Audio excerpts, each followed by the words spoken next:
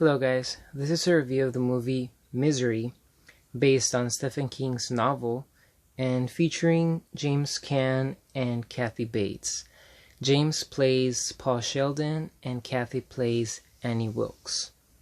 This movie is a good movie. I was always reluctant to watch it. It looked boring from, a few clips, very, very brief clips that I got to watch over the course of my life, and or memes and pictures that I saw online of the movie, but the movie's good. The movie's about Paul. He's a writer. He has this series of novels about I think they were sorry, romantic novels, and the protagonist was Misery Chastain, I think. And he wants to get out of that. He wants to do something else. And he's driving through a winter storm. He crashes and is severely injured, almost to the point of death.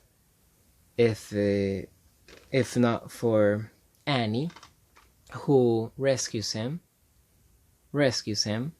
Spoilers ahead. She carries him over to her little remote cabin and starts taking care of him. She heals his wounds and feeds him, changes him, everything. She's apparently a very good nurse. But when Paul awakes, he starts talking to her, and she confesses that she's a really big fan, a humongous fan of his, that she's read all of his books many times and she knows so much about him. But when he starts talking about what's gonna happen to Misery's character, well, when she actually reads about it, the first sign that we see of her that makes us realize, hey, this person's not okay, was when she has a little critique of the manuscript that he was writing, or that he finished writing. She was like, "Oh, who am I to, to judge, to criticize you? You're the best. You're everything." And he's like, no. What do you think? I like hearing it.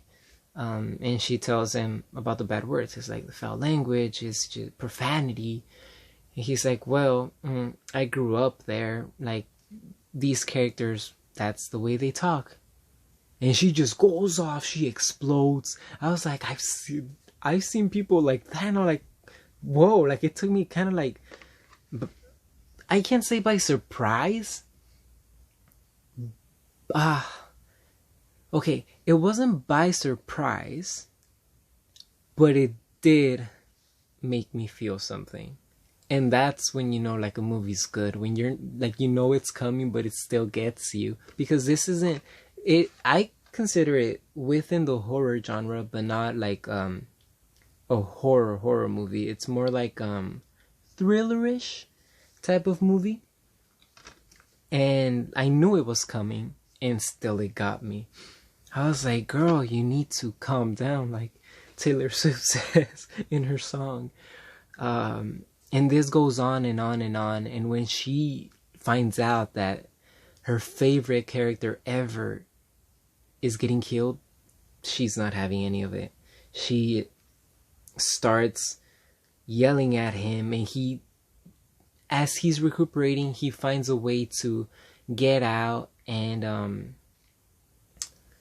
search through the house for ways to get out, because he's locked inside the room, but he manages to get out of that room and onto the other places in the house, but still is not able to get out. But he gets more pills. I guess they're like I don't know if they're sleeping pills or tranquilizers. I don't know what they are, but he uses the powder on the pills to I think put Annie to sleep. So after the movie goes on for, I don't know, maybe an hour or so, they have a really nice dinner to celebrate that he's writing the return of Misery. After all, they come to an agreement that he's gonna write, and there's like a whole bunch of scenes I'm not exaggerating, a whole bunch of scenes that are really, really, really good. You have to watch them for yourself.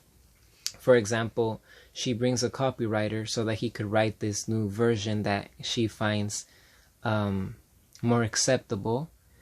And he's like, well, you know what, Annie? I'd love to do that for you. He's smart. That's what I love about him. Like, he's not dumb. There's not, like, a hair follicle in his head of stupidity. He cries of genius.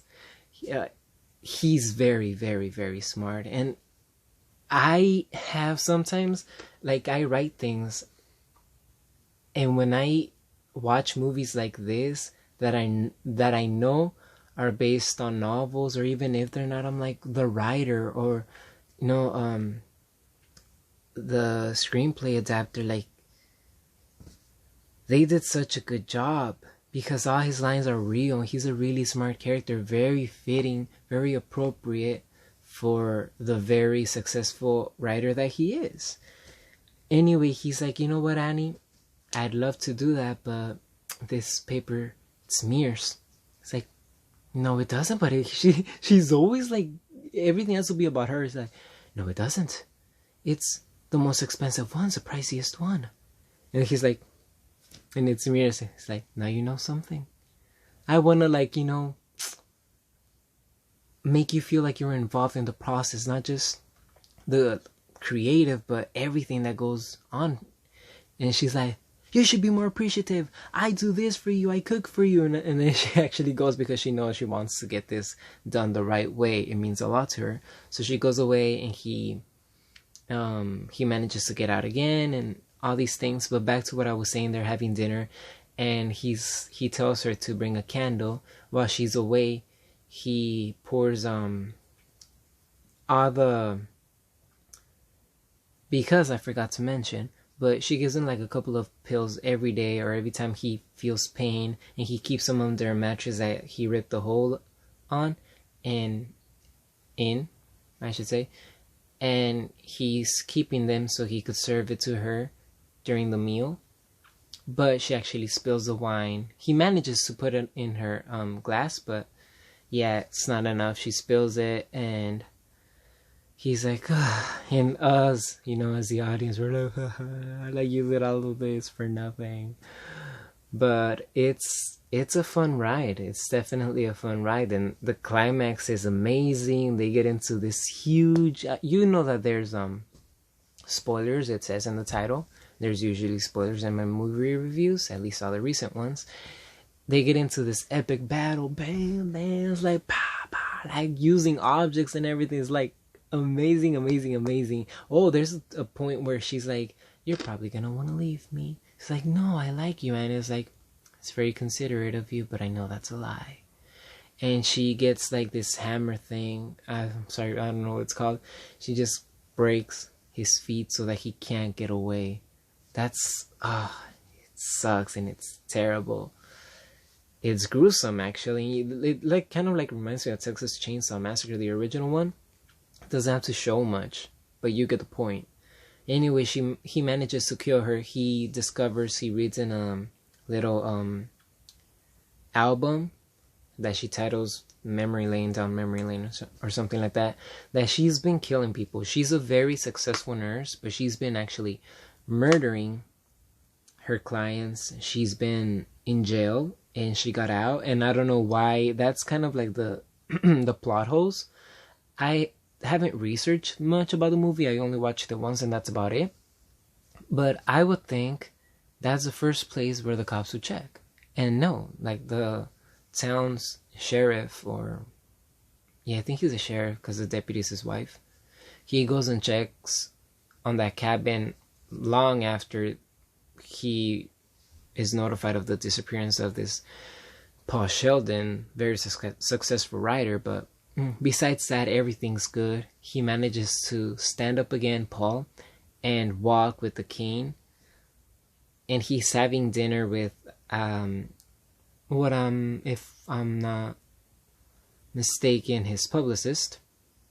And he's watching the waiter come by to his table, and he sees her face, Annie's face. So you know that he has post-traumatic stress or something of that sort.